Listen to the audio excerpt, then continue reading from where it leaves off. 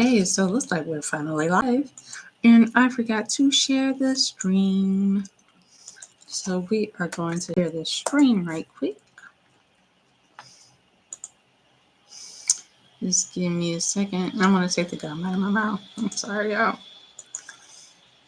It's how I process.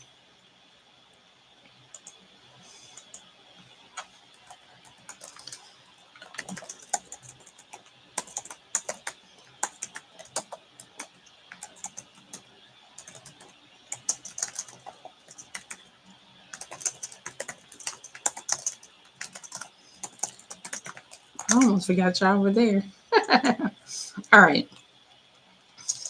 So let's get to this. So I am in the process of crocheting a ponytail. Here is my crochet hook, just one of the cheap ones. I had a really good one and I lost it. It was wooden, it was firm, and I had it for years, so I lost it. I've already slicked my hair up with the Shine Jam, and if your gels get hard, just add water to them. The first ingredient to these is always water, so you can add water to them and they'll come back to life. The hair that I am using is right here. It is the Free Tresses Braid 1-on-1 natural texture, and this is color. This is 1B. It usually comes 4 in a pack. I'm using this hair because it's leftover from braiding hair. And so it's not enough to braid, but I'm going to use it. This has, and I think you can see it. I don't have a lot of sunlight and I didn't want to turn a light on, but this has some texture to it. But if you really want something with a lot more texture, then I recommend using this type of hair, which is the Expressions Butterfly Locks and Distress Locked hair. The hair that is loose, not the actual locks themselves. And you can get that textured look. So I already have some, and you can see I already started putting it in. So the goal is I haven't decided if I'm going to actually cover this. My hair is, and hopefully y'all can see this because I can't see. My hair is in 2 ponytails and I pinned them down. And so I'm going to crochet right across the bottom and then move up. I'm taking very large pieces of hair to crochet because I'm trying to cover as much area. And you can see here's the length. This is not very long hair. This is only about 36 inches. So this is not long hair at all.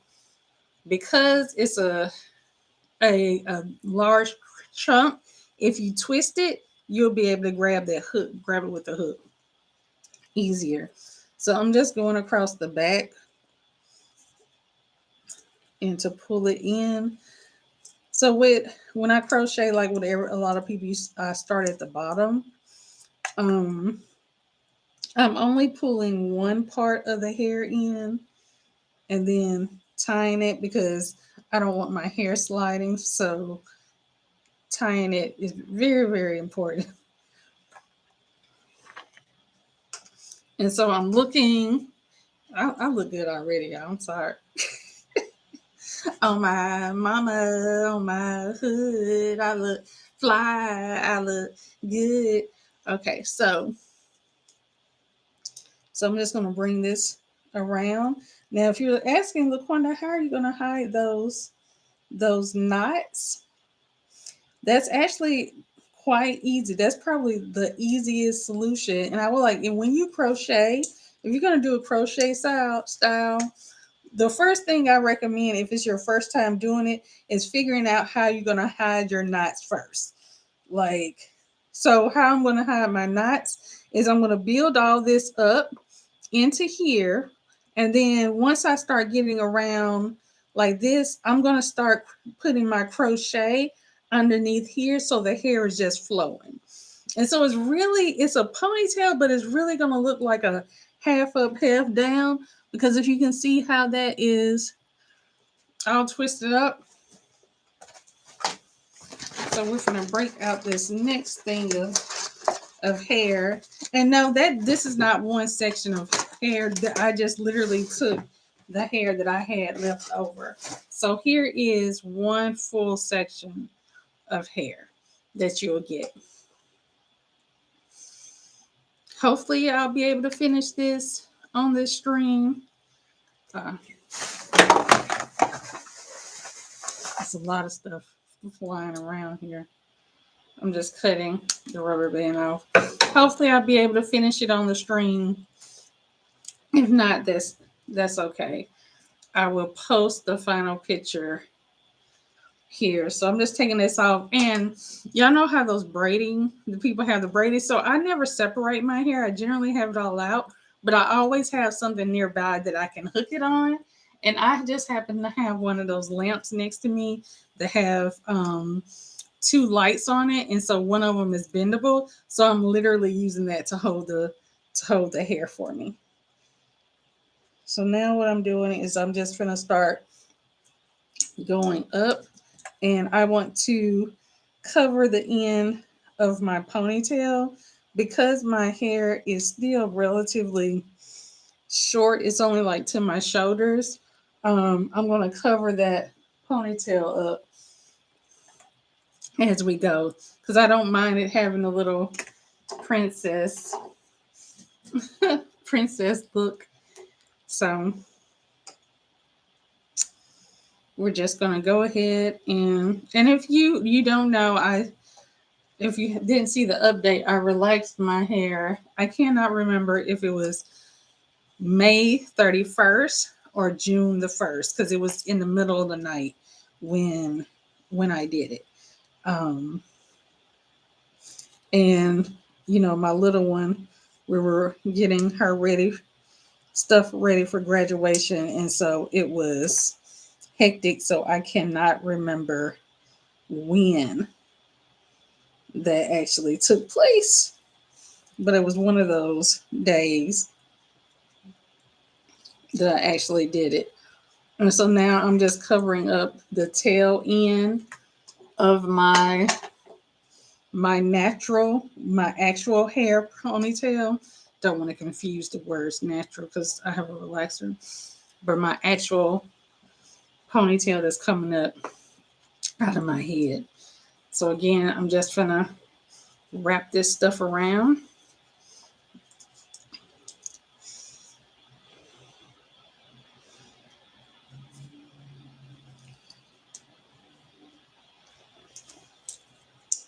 Okay.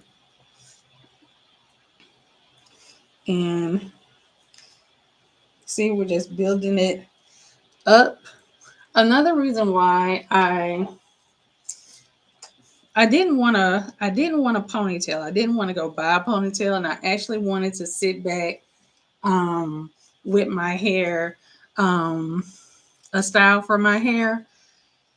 And I really didn't know what I wanted to do. And literally when I was looking at this hair, and I'm going out with my future in-laws today, I wanted something quick that I could do and that I could keep for a couple of weeks. And if you saw the hairstyle that I had on, oh goodness, I lost the parts. There they go. If you saw the hairstyle that I had, the huge one, I kind of learned how to take care of that synthetic hair for 3 weeks so it wouldn't drive me wild. And so that's why I felt more comfortable in actually crocheting the hair into my head versus going out and buying a ponytail, because I know exactly what I need to do to be able to manage it. And so I'm okay with this. Now, if I can't get a good view of like the back for you all, I will do like a quick short and show y'all what the back looks like. I'll get my partner to help me help me do that. So only thing I'm doing now is I am building this up around this right here. So I'm going to bring it all up around here. Again, I haven't decided if I'm actually going to cover this front knot because I kind of like it. And I have beads, and I may put beads or something there, but I haven't made that decision yet. Right now, I'm just building up, going through this ponytail, getting it covered up.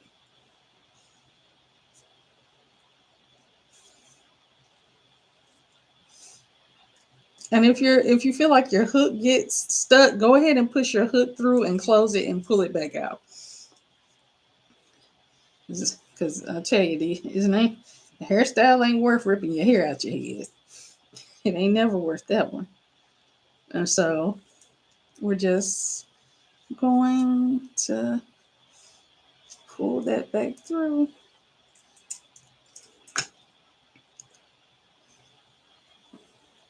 And pull that down.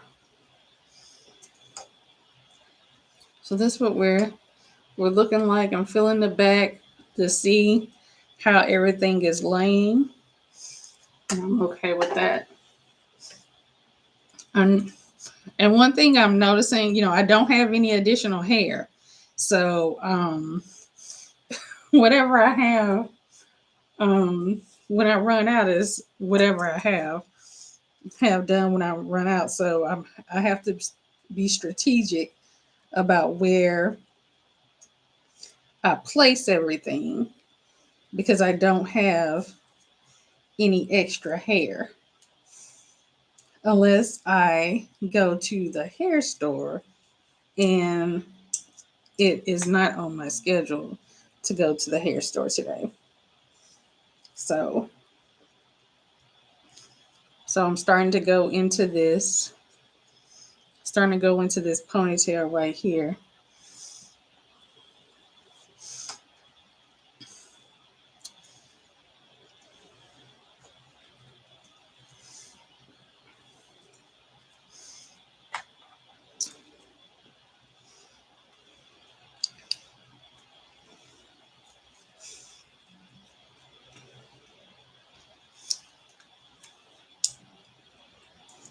Eh.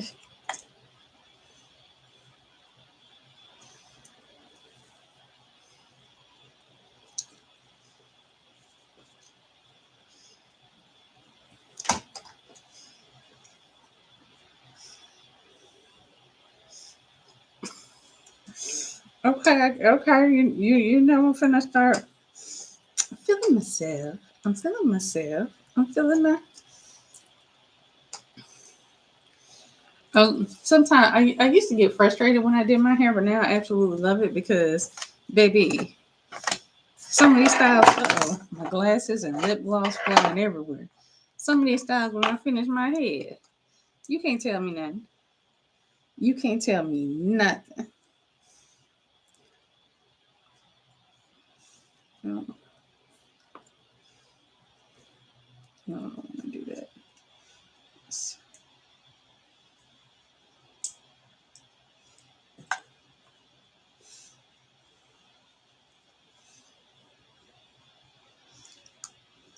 Get a feel for how this is gonna go.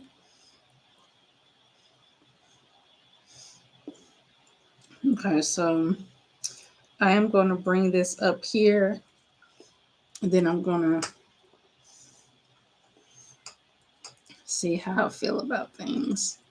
I am going to have to add some hairpins. I can feel it when I'm going in with this part right here, securing my extra hair, so all of this can remain anchored.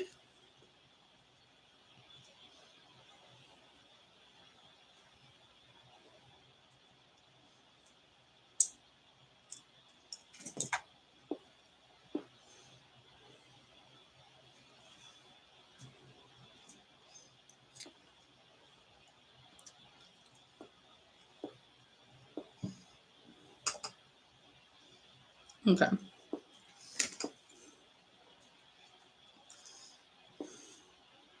I would say if you try to do this, keep your knots in the back as much as you possibly can.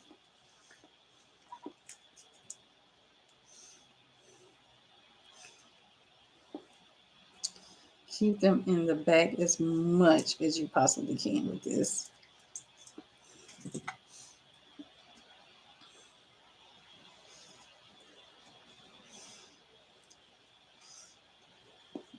Because I'm going to get to a spot where I'm going to start going inside the actual my actual ponytail and hide the knots up in there.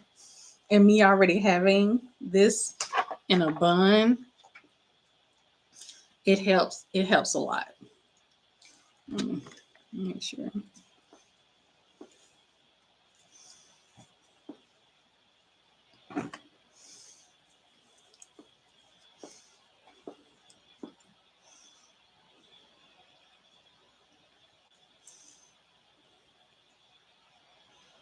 Let me see. I don't like how that felt when I stuck it in there. I'll have to go a little bit deeper with this one.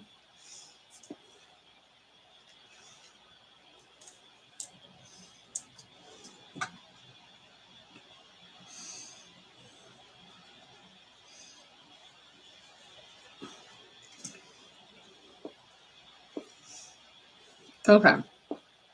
So we already have that, and you see we already have this, and so I need to use the next thing to build around here, and then I'm going to decide what I'm going to do from there, because like I said, the hair that I have is the hair that I have. I don't have anything else. So this is number 2. You see where we are with number 1. This is number 2.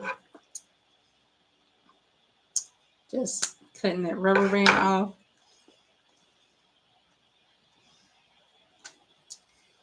And here we are.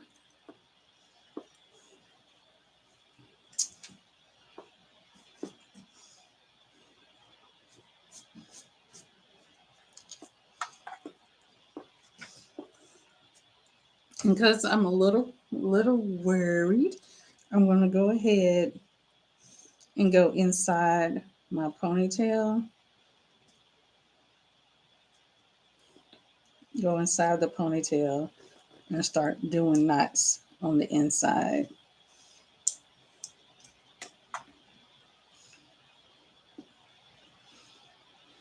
And that way I can pull this down.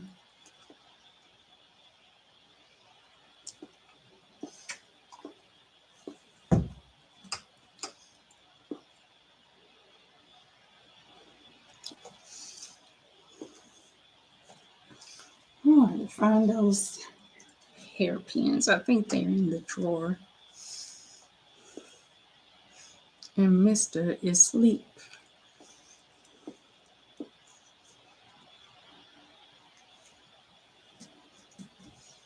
I don't know if anybody else has this problem, but like I can do one side of my head really, really well.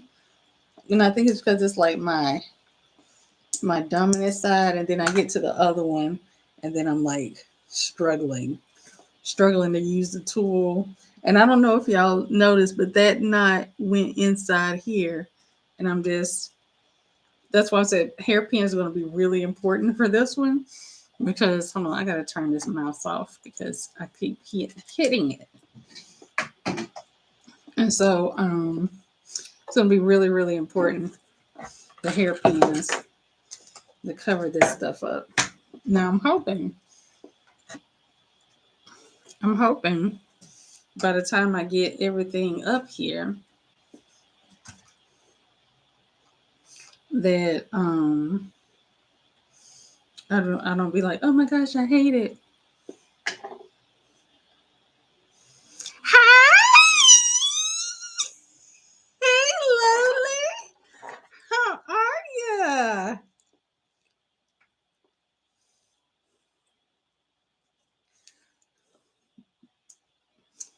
Girl, I remember you forever.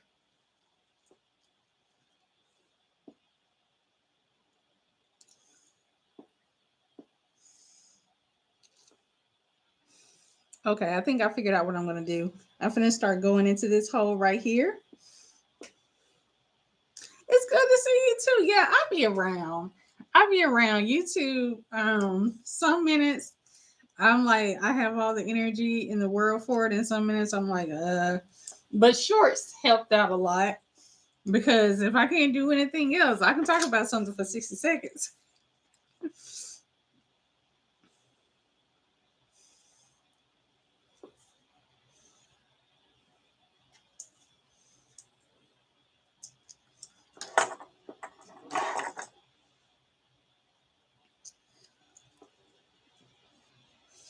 Yeah.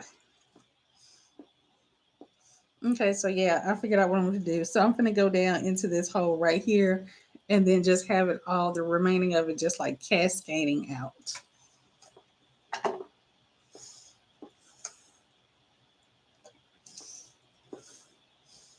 How things been going? Did you cut your locks? I remember you grew your locks out and they were super long. Did you end up cutting them or do you still have them?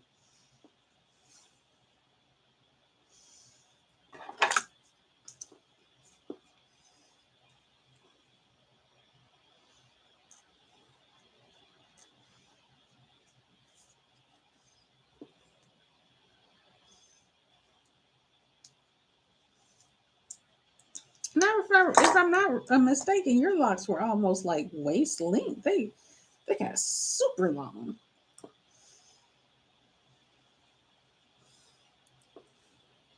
So right now I'm just tightening that knot up in there and pushing it back down, and I'm just gonna have the hair come cascading out of here. Yeah, that's what I'm deciding I want to do, and that's gonna give me the coverage for all the knots that I have underneath there. Now, if I don't like it, which I don't see why I wouldn't like it, because I think I'm gonna like it a lot. Um, I'm going to keep this little knot in the front.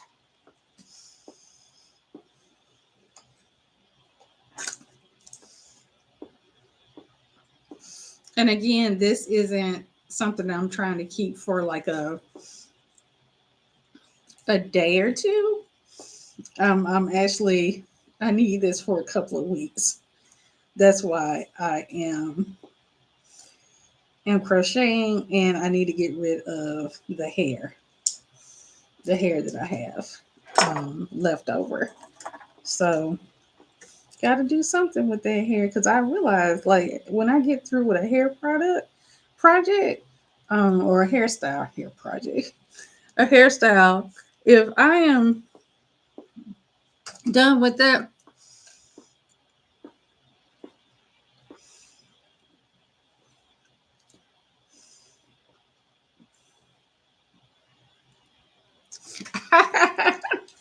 girl, I knew your locks went like your locks were luscious. I mean, luscious locks.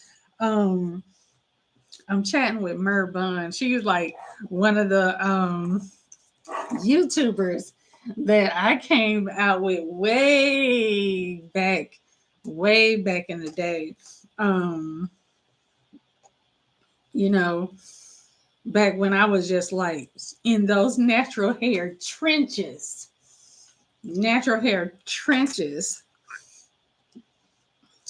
We were rolling deep, throwing them videos out.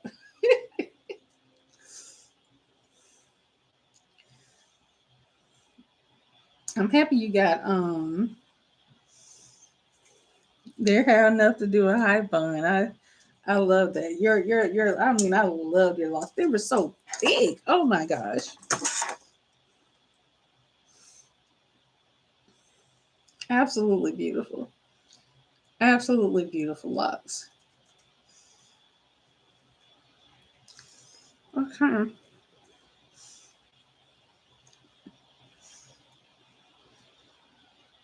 So I have The only thing, I have this elastic band right here showing, and what I may do is I may take a piece of the hair that I have. Hopefully I have a piece left over. If not, I'll use some of the kinky hair that I have and put a braid like right here in the front to cover all that. So yeah, it's gonna be a couple of pieces of type of hair in my head before this is all over. But trust me. Well, don't trust me because I'm trying to trust me too. But just listen, listen. One way or the other, I'm gonna make this seem like it works. One way or the other.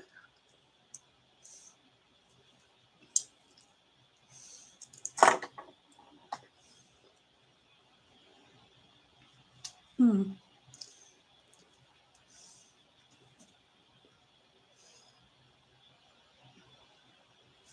Okay. Snap! I didn't do that right. Yeah, I just need all the spill out of here.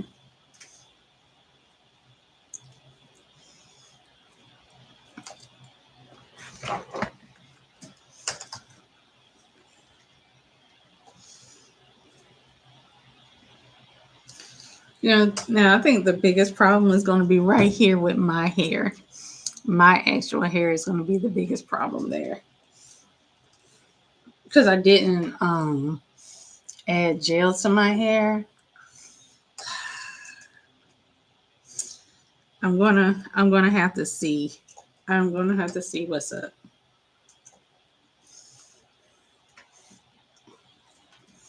And I'm running to my last. It's my boy. This man will holler, and if I wake him up, because I need a mirror, and I do. I need a mirror. Well, oh, you know what? Where's my phone? I'll use my phone.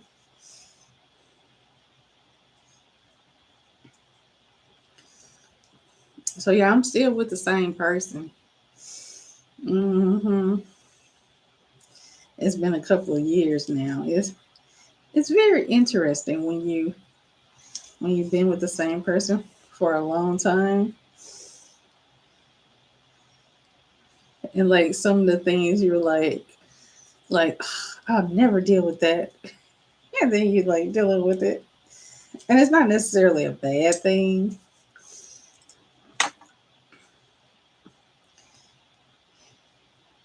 I don't think I don't want to say I'm not a communication person. Oh goodness, that hurts. Hmm. I don't want to say I'm not a communication person, but I think in this particular relationship, outside of all my other ones, I really had to master like hearing and communicating on a different level. You miss your locks loud, I will grow them back. My hair is still looking cute. I'm looking for some inspiration. Sometimes I know this. I let me tell you, the most amazing I felt with my hair, surprisingly, was when I didn't have any. When I shaved my head bald, baby, you can tell me nothing in them streets. You hear me? You can tell me nothing. Like if somebody said,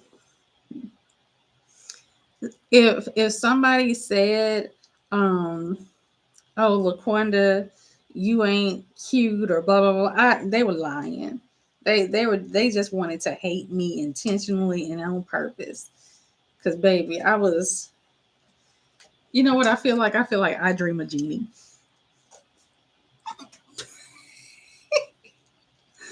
That's what I feel like right now. Okay. So executive decisions, but so this side over here, I kind of like it because it has that coverage that I wanted, like to hide the knots. I'm feeling the back, and it doesn't have it. So I need to go in. right here on this side and pull that hair back to cover these knots. But this over here isn't built up because I need to pull one of these over here and bring it down. So a little more maneuvering than I anticipated. But again, I am going with the flow of this. Okay, wait. This needs to go under here. So I pulled that in there. So I need to put this. Hold on, y'all. I'm trying to figure out where this knot is so I can pull that in. Okay, there it is. There we go. Okay, there we go. I think we got a good one. Okay. I actually need this to be in the right location. Uh-oh. I got a fight in there. Okay.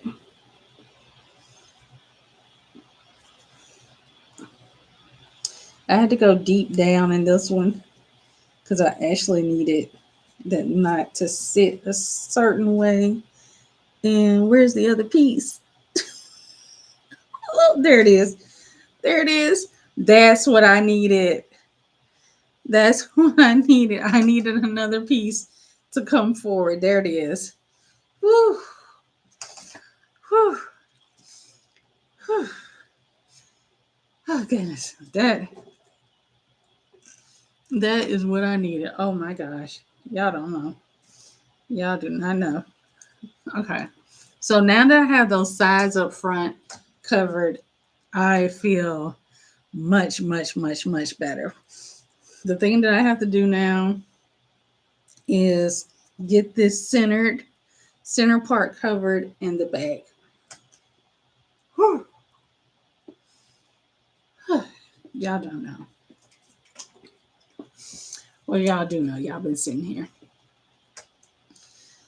with me. So what I'm going to do now is, now that I have that back in the sides, and my primary objective now is this piece right here, which is going to cover over the remainder of the back. So I'm going to, let's see if we get it. So I'm going to crochet hair into the first part of this and pull it backwards. This is,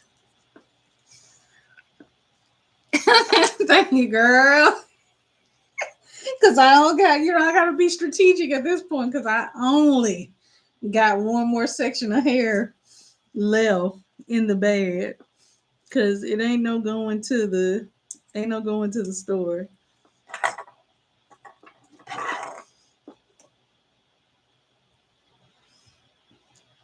And I'll go into the store. So like these I have to hide these knots in here. And I'm a little worried about that because I can't get it the way that I want to.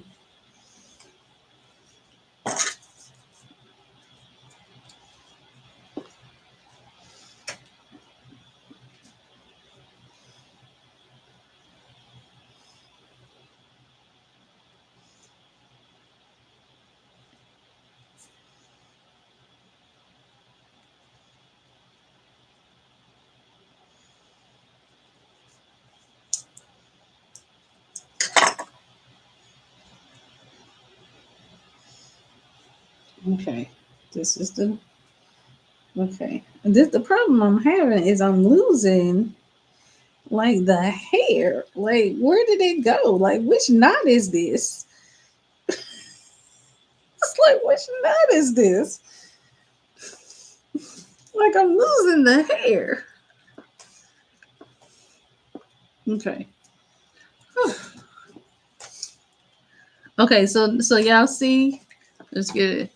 Let's start smooth. So y'all see it's coming out. So this is my hair. Like these little flyaways. That's my hair, but that's nothing that some gel can't fix.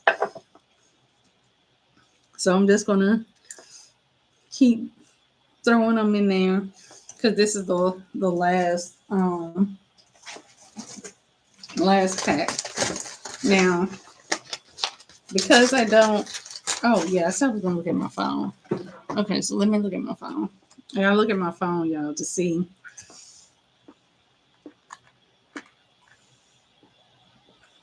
Mm. Hey, how are you? I I don't know about the hair wizard, but yeah, I used to do you used to do stuff back in the day. Oh y'all, that ain't playing. Oh, that ain't playing. Okay. Oh, sis ain't playing with that. We ain't. Ooh, baby, that is not playing. Oh, we we not playing with her.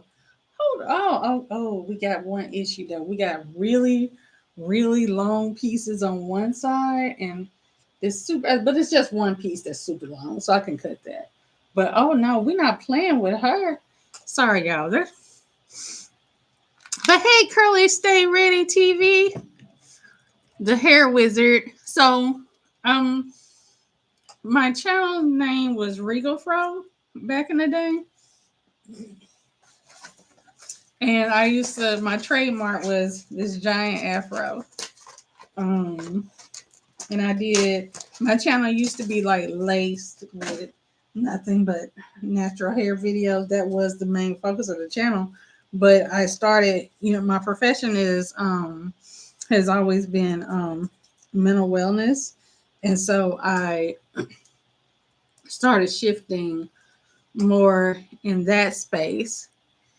Yeah, yeah, I shifted into that space, and now I have my own org. I do a lot of stuff nationally in terms of mental health. So it's been a real blessing to be able to regain my confidence. And a lot of people don't realize when I came on YouTube and really started doing videos, that was I was struggling so much with learning how to manage bipolar disorder that YouTube and doing natural hair videos gave me a routine, and it gave me something to do because I could not work during that time. For like 3 years I couldn't work, and so I was like volunteering and doing all these other things community wise. And so if it wasn't for like this channel right here and the people who came and supported me, I would not have recovered the way that I did, because y'all gave me an outlet when I didn't have, another outlet outside of where I was living. And I had good friends at the time who would come and take me places and things like that. But y'all gave me exposure to the world, and to the country and to the different places in the world. And so when my YouTube subscribers were like reading my blogs after I was writing, and they were like, "Oh yeah, you're a really good writer," and so that built my confidence up, and like, yeah, maybe I am good at this writing stuff. You see what I'm saying? And so, like, if it wasn't for me doing YouTube videos, I would not have had the career that I have now in the mental health advocacy space. I just would not have it. Um, I absolutely positively adore the fact that social media for me has been probably one of the biggest blessings I ever had in my life. Um, and continues to do so. When I tell people, when it comes to social media, it is a numbers game. Believe me, it is a numbers game. But I want to always encourage y'all that it is not always simply about the number of people who are watching. Sometimes it's about who is actually watching. Um, because I did a video from a recliner in my couch, from a recliner in my bedroom, and somebody saw it and it was like, "Hey, can you work on this project for us?" And so, I always try my best to encourage people, like, don't worry about, having the highest numbers and things like that, because it really comes down to the right person seeing you. Even people who have, over 1 million subscribers, on these other platforms, at the end of the day, it's going to be about who's watching you. If you have a group, excuse my throat, spit out my gum. If you have a group of people, you have 100,000 followers, but then you have 1,000 people of that 100,000 that's truly dedicated and supporting you, and follows through with watching videos, clicking on links for your what you call that, affiliate stuff. Those things help out. And so when you think about the number game, right, sometimes it really is going to be about who is watching, who that person is watching.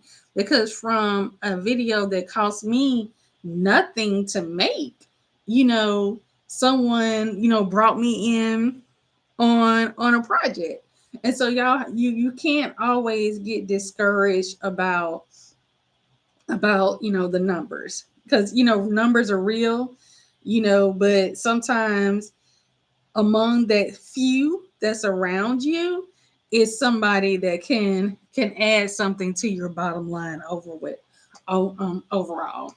And you have to think about life like that.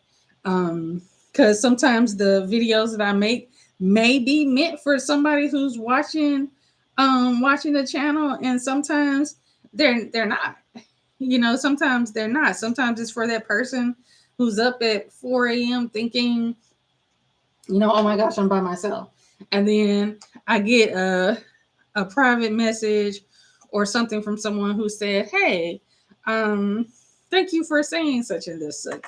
And so those moments are valuable as well. And I think we have to move away from thinking that value is only meaningful when you're the person who receives something from it. Because sometimes the value is meant for the other person who is receiving and not necessarily you. So that's something to always. Is this going to come all the way out? Sure did. And that meant that this don't come out. Don't come out. Okay. Okay. It didn't come out. Okay. So I'm not sure what just happened here. Okay. So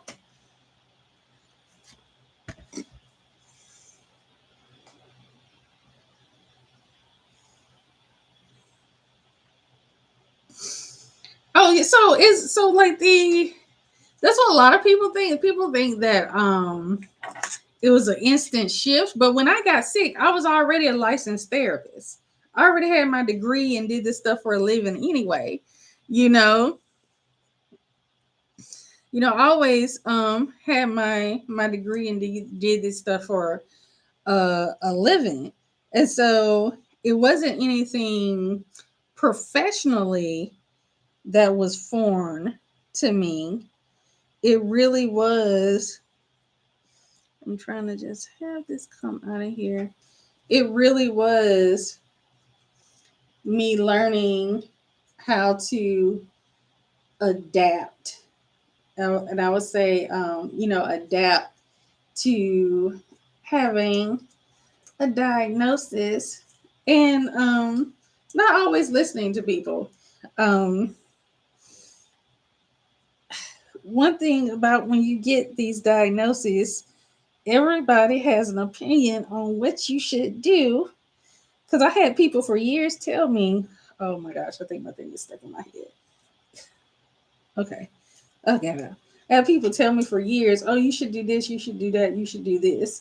And I didn't do any of that.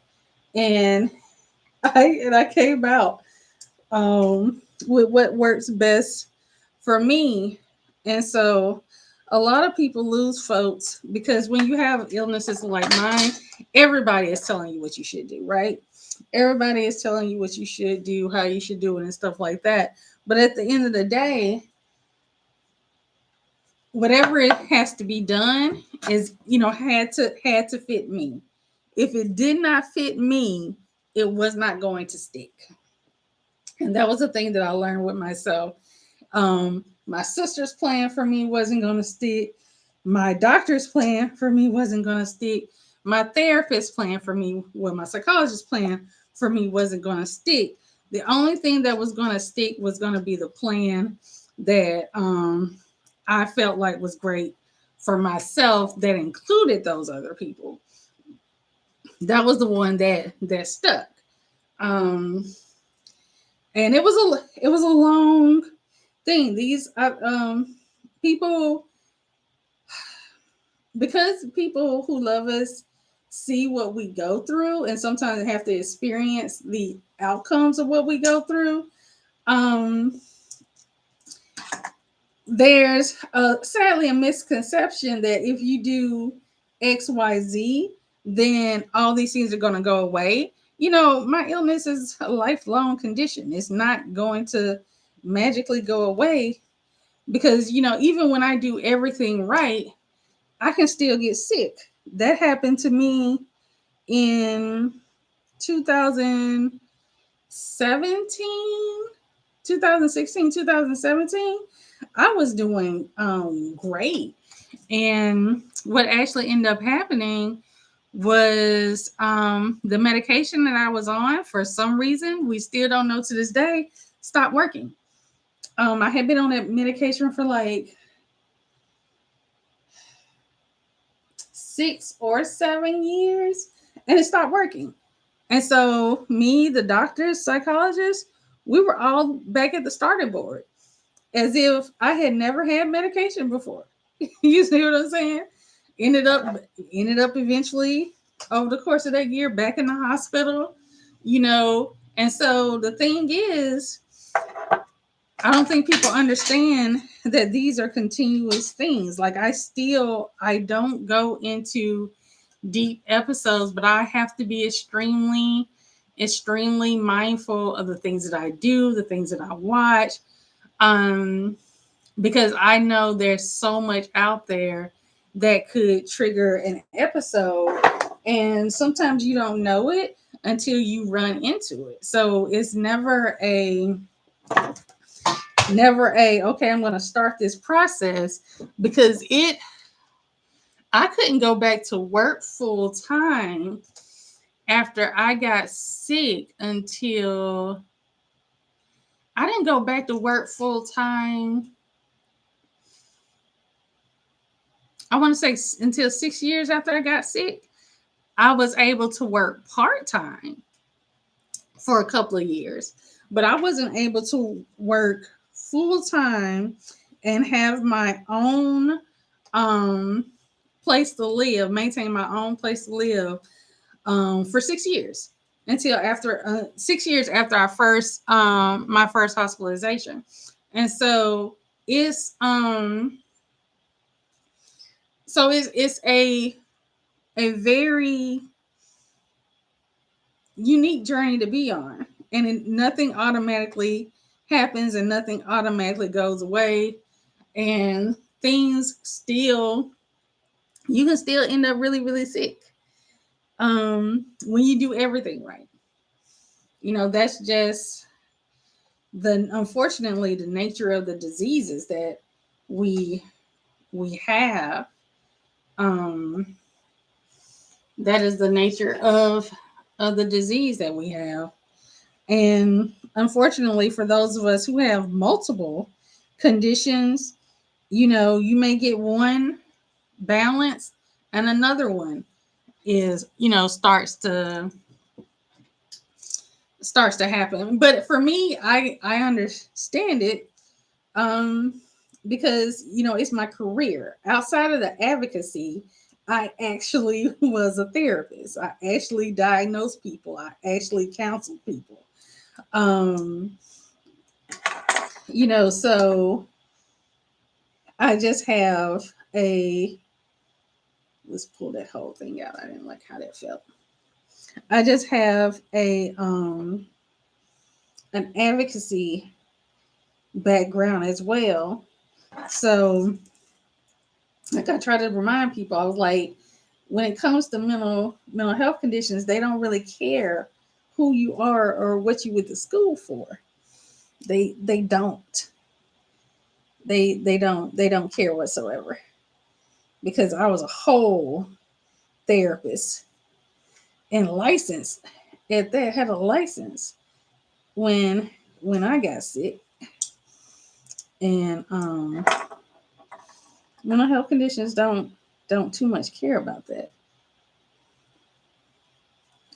But what that means is, are the journeys a walking apart? No. Are they possible? Yes.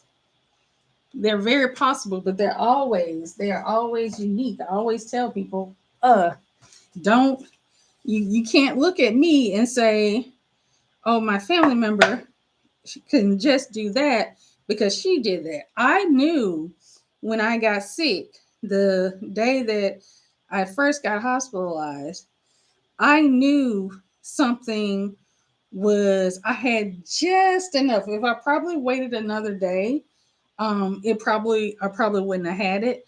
But I knew I had just enough in me to know that I wasn't safe and that I needed to go to the hospital and that I needed to be hospitalized. I had just enough of reality, touch with reality, because when I got sick, I was dealing with psychosis.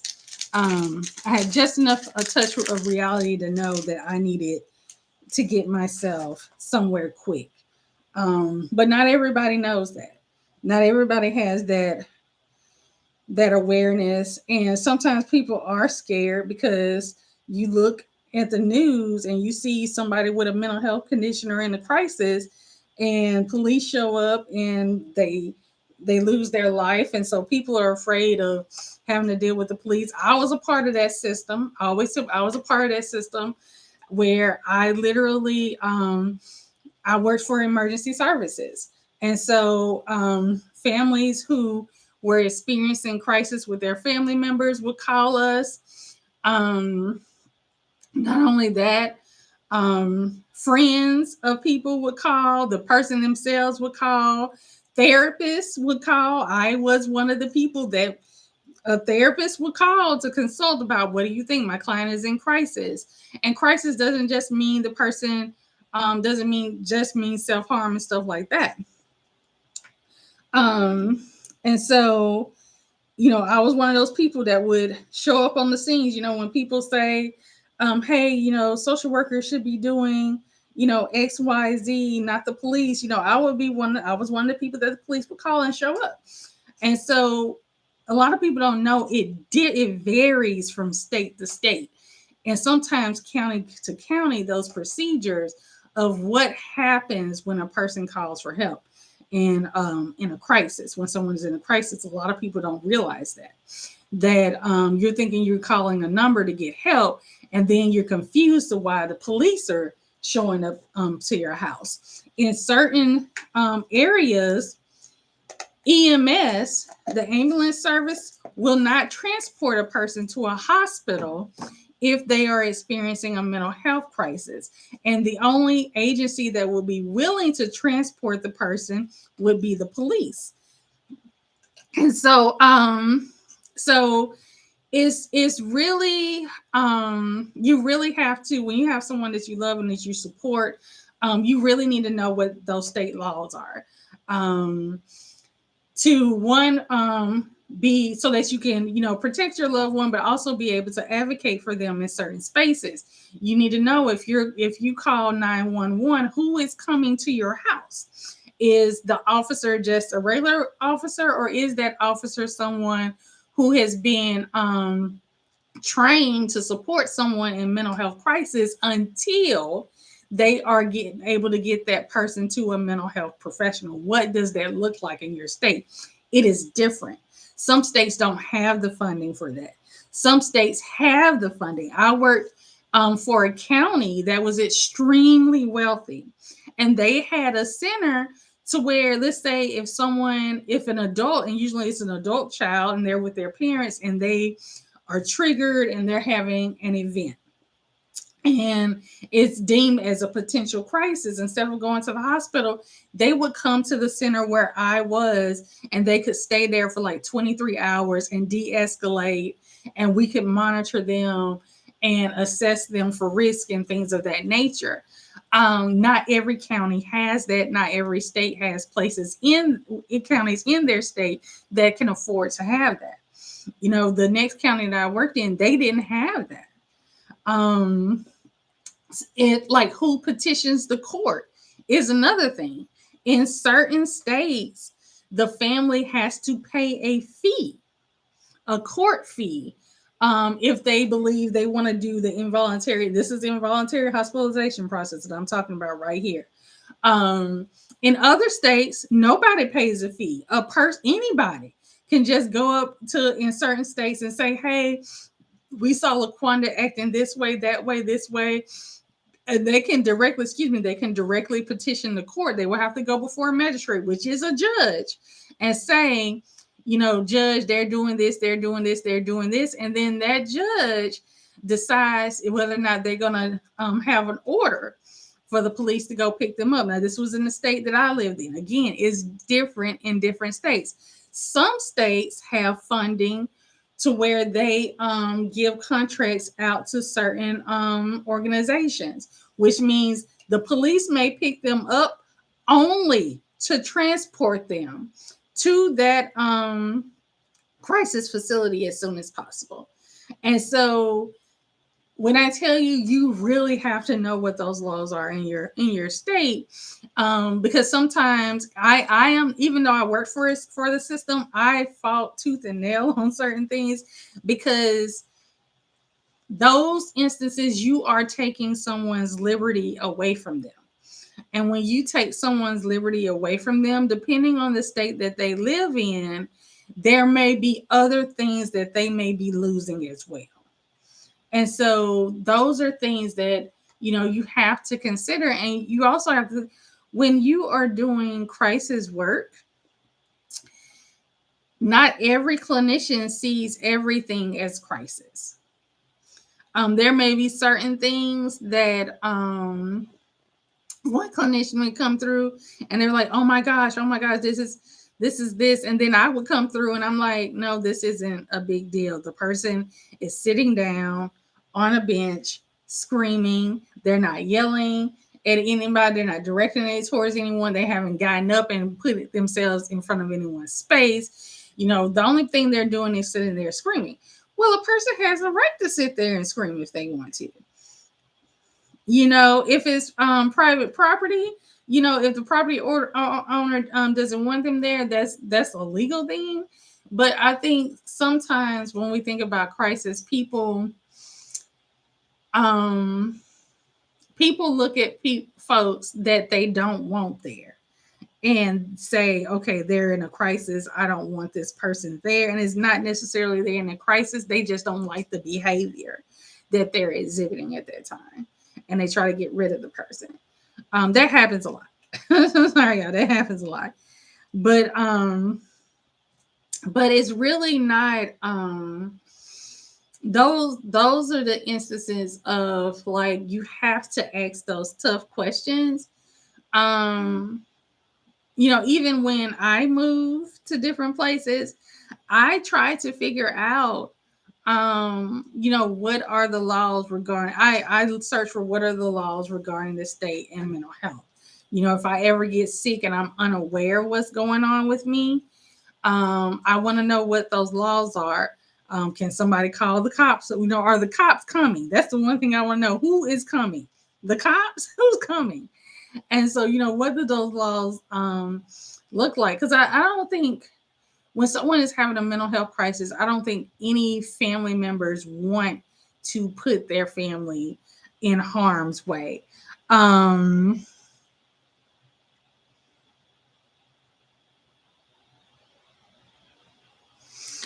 there's it's not even about agreement on that one. Different. So when it comes to disorders, right? Disorders, the onset of what they call the onset, like when you really start seeing those symptoms, happen differently for everyone. It happens differently for everyone.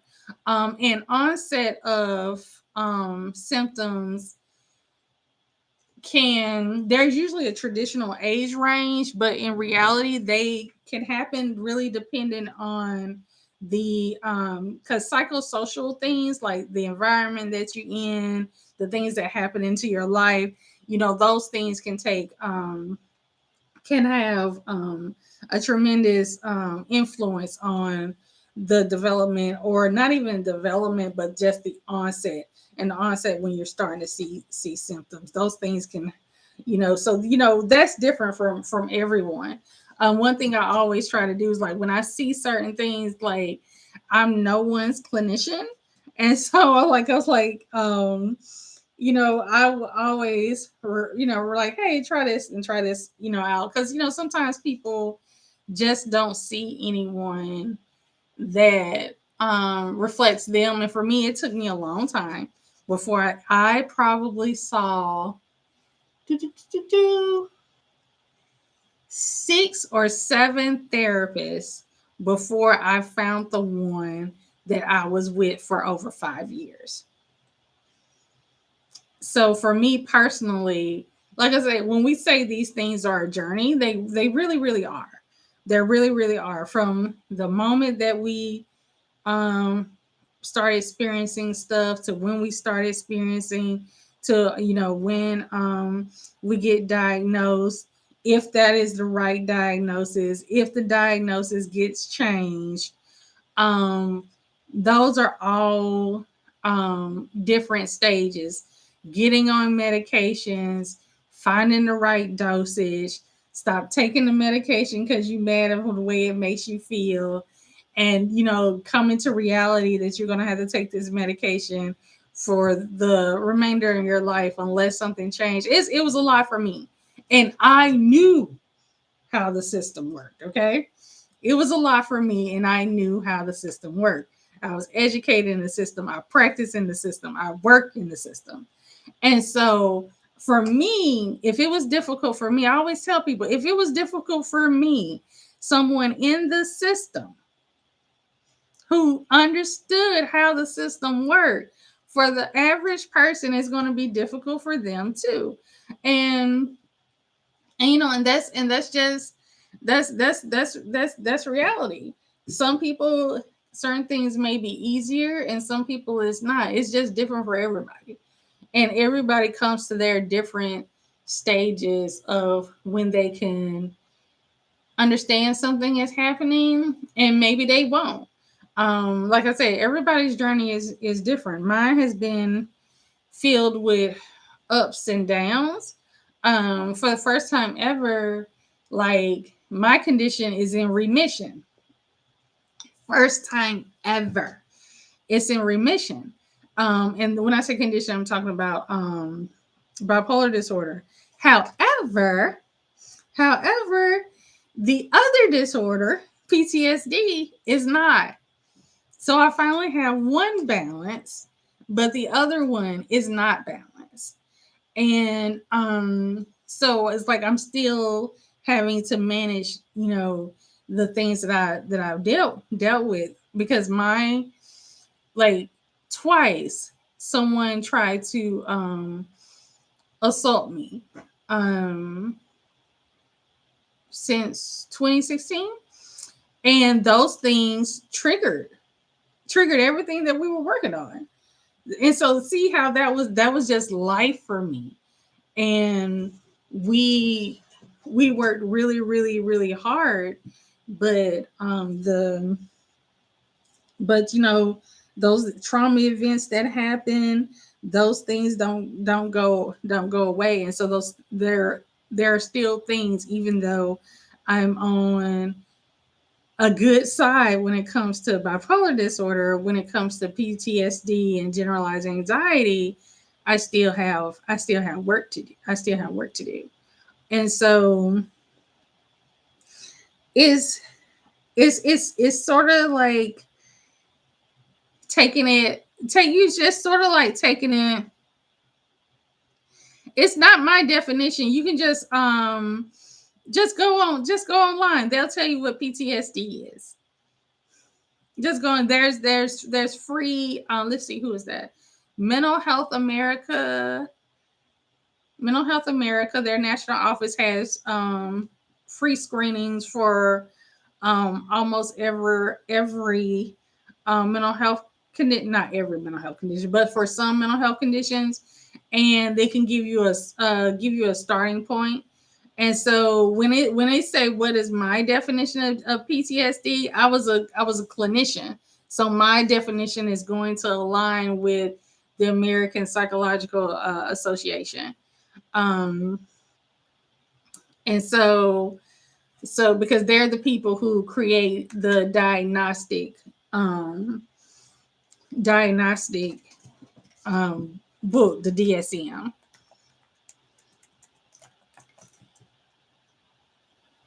Excuse me, psychiatric American Psychiatric Association. My apologies.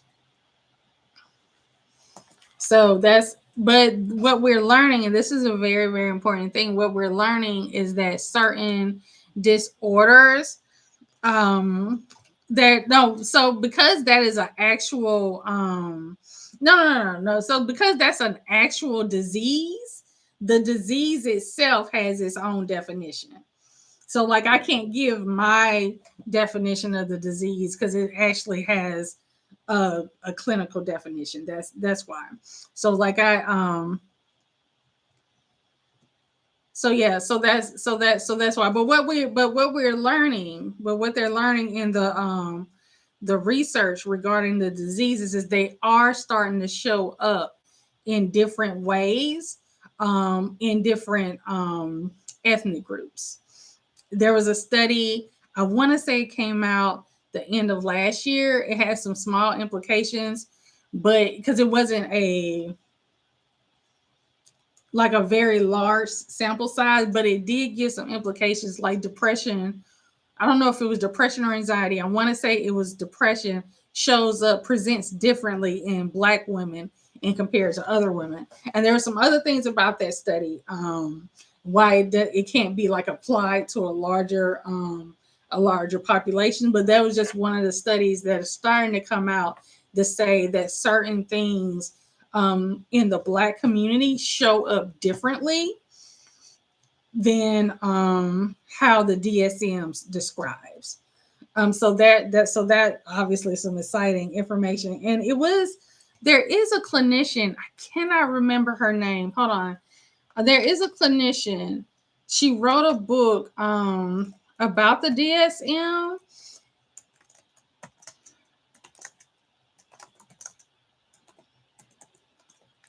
And what it did, I think it was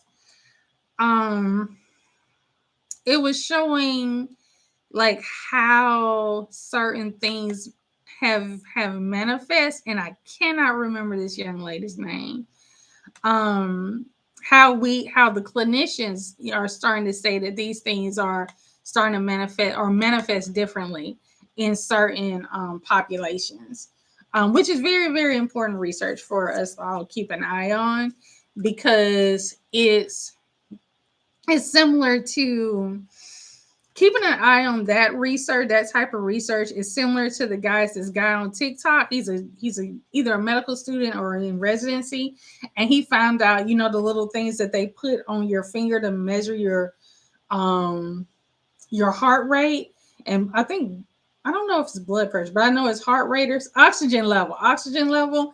He found out that it doesn't work as good for people with melanin skin, with darker skin tones, right? And so, which means our readings were reading higher than they should, which means we wouldn't get the medical treatment that we need.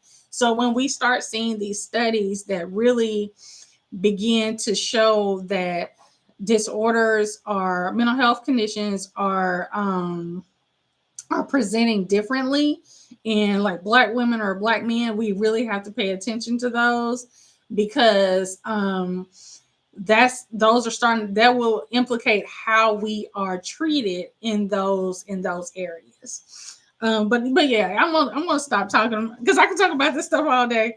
But back to the ponytail. So I have, let me see if I get some light over here. Okay, so I have finished that. Everything is coming out. Again, I'll do a quick short so y'all can see it. I'm gonna go trim it up. This right here is showing, so I'll probably put one right here to cover this part up. But for the most part, I am finished with this ponytail. Yeah, I see right here. I wanted to put something right here because it's not built up. It's built up over here, and I'm comfortable. It's not built up over here. So I'm going to put a little bit more hair right here, and that's all I have, a little bit. Probably 2 or 3 more right here. And then I'm going to trim it because it's this one piece that's just super long. But I'm going to trim it, and then this is going to be it. And again, I'll do a quick short so y'all can see the whole ponytail in light. But thanks for sitting on live with me today. Oh, no worries. Thank you for sitting on live with me today, y'all. I appreciate it. And I will talk to y'all later. Bye.